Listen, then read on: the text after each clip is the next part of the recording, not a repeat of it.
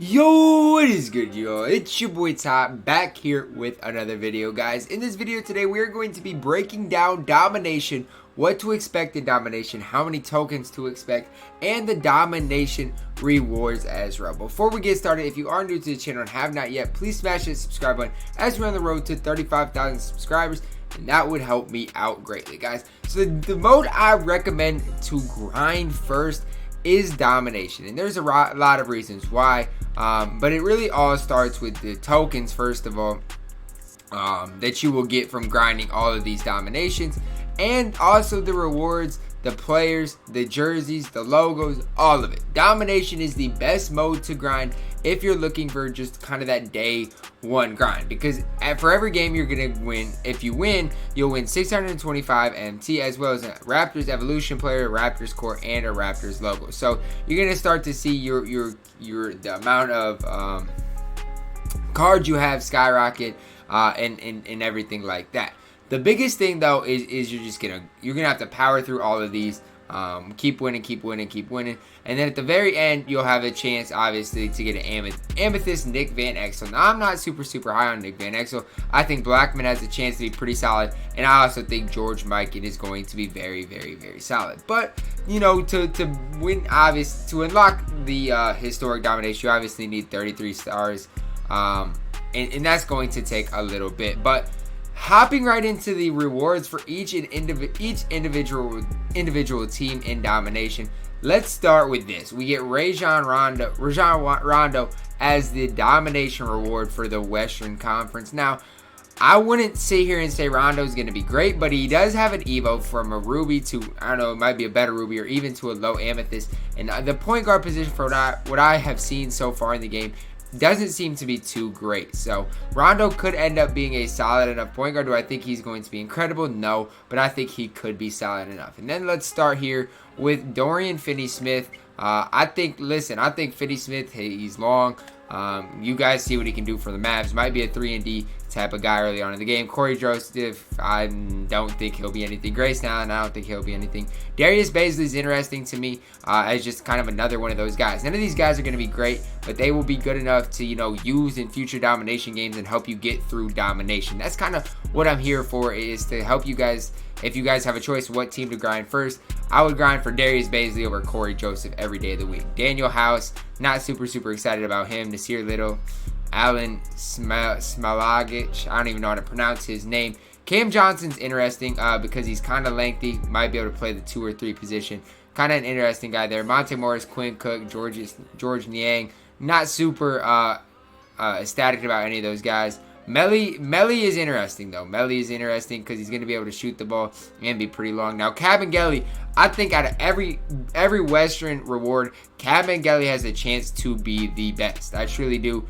He's long, and I just used him for in the Clippers play now last year while getting ready. And Kabengele, I think he's going to have a decent enough 3-ball. I also think, you know, he's long enough to battle some of the bigs in the game. I think Kabengele is going to be pretty decent. Jake Layman, I think, is going to be a solid 3. And Keldon Johnson, we don't know what he is going to be. So that's kind of the breakdown of the Western Conference. Obviously, Kabengele is my most exciting player, I would say. I'm excited also about a guy like Bazley, Dorian Finney-Smith, and Cam Johnson. Now, we might get some surprises here and there, kind of, you know, like for example, Jake Layman could be good. Cam Johnson also could be very good. Now, before we get into the Domination Completion Reward, let's hop into the Domination Rewards East, in which Brook Lopez is the final Domination East reward. Now, DJ Wilson, Daniel Gafford, Aaron Holiday, Alfred Amino. Out of those guys, I would say DJ Wilson has the potential to be good. It's super hard to tell with all these young guys. Grant Williams, the same thing. Dante Exum, you know, even if he can't play point guard, I still think he's going to be serviceable enough. Bruno Fernando, I doubt he'll be able to shoot, obviously. Shake Milton, I don't know. Cody Martin, Patrick McCaw. It's just all these young guys, you don't know what you're getting. Again, Doumbia is probably going to be okay. Schofield, I don't think he's going to be anything. KZ could be okay. Kevin Knox could be okay. Nicholas Claxton could potentially be okay. But out of all of the East rewards, I would have to say I'm probably maybe excited about a guy like a DJ Wilson, maybe a Kevin Knox, KZ, or Sekou Doumbia. one of those guys is probably one of the guys I'm most excited about. Brook Lopez, I think, also has the potential to be very, very good with his Evo. If you can add athleticism or any sort of lateral quickness onto him, I think he has the potential to be very, very, very good and in a pretty elite free center early on in the game. If I had a choice whether I grinded East or West first, I would probably grind East. Now, I know you're not going to necessarily get that choice, but if I did get that choice, I would grind East before West. And then hopping into the Domination completion rewards, obviously you need Rolando, Brook Lopez. Then you need Larry Hughes, which, look, I don't even know. Honestly, I don't even know where you get Larry Hughes from. So that's kind of interesting for me because you need Larry Hughes and Jerome Kersey, Kenyon Martin, but I don't honestly know where they come from. So that's the only thing about it is right now, I've looked through and have tried to find them, but I don't necessarily know where they come from. They might come. Actually, hold up 1 second. You get Artis Gilmore okay, there. Wait a second, I'm confused. Okay, so here's the thing.